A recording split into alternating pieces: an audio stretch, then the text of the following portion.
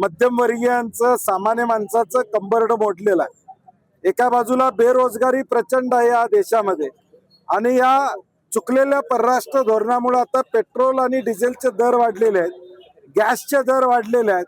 याच्या विरोधात कोल्हापूर जिल्हा काँग्रेसच्या वतीनं आज जिल्ह्यामध्ये सगळ्या पेट्रोल पंपावर काँग्रेसचे कार्यकर्ते लोकांना या ठिकाणी पटवून देत आहेत की भाजपचं सरकार कशा पद्धतीनं लुटमार करते।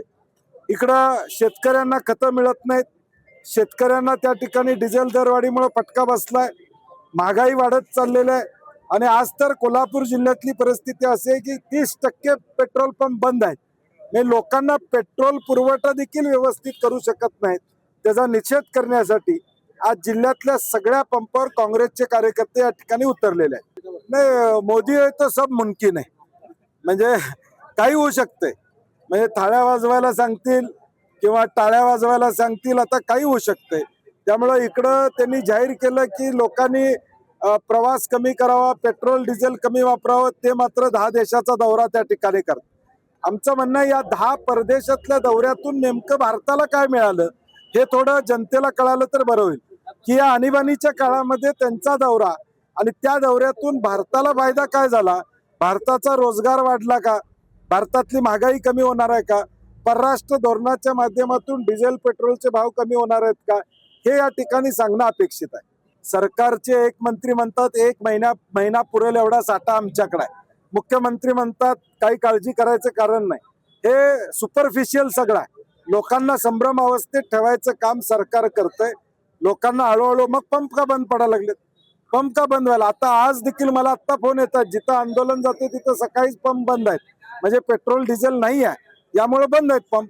नाही, मनमोहन सिंगजी असताना क्रूड ऑइलचे दर किती होते आणि त्यावेळी पेट्रोलचे दर किती होते हे लोकांना आम्ही सांगण्याचं काम केलं।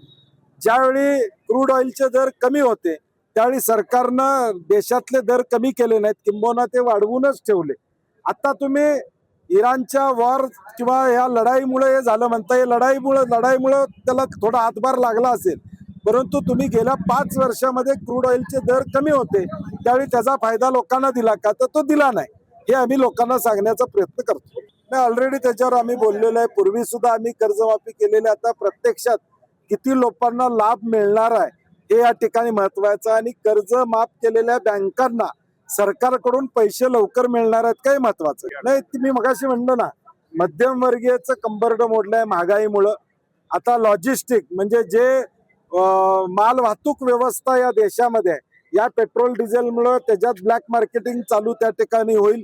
आता उद्याच्या भविष्यकाळात लोकांना शहरामध्ये भाजीपाला मिळणं हे अवघड होऊन जाईल, शेतकऱ्यांना ट्रॅक्टर चालवणं या ठिकाणी अवघड होऊन जाईल, म्हणजे जी शेतीवर अवलंबून अवजार आहेत ती देखील चालवणं अडचणीचं होईल। एकूण याचा परिणाम सगळ्या समाज घटकावर या ठिकाणी होणार। अशाच ताज्या अपडेटसाठी महासत्ता न्यूजला सबस्क्राईब करा।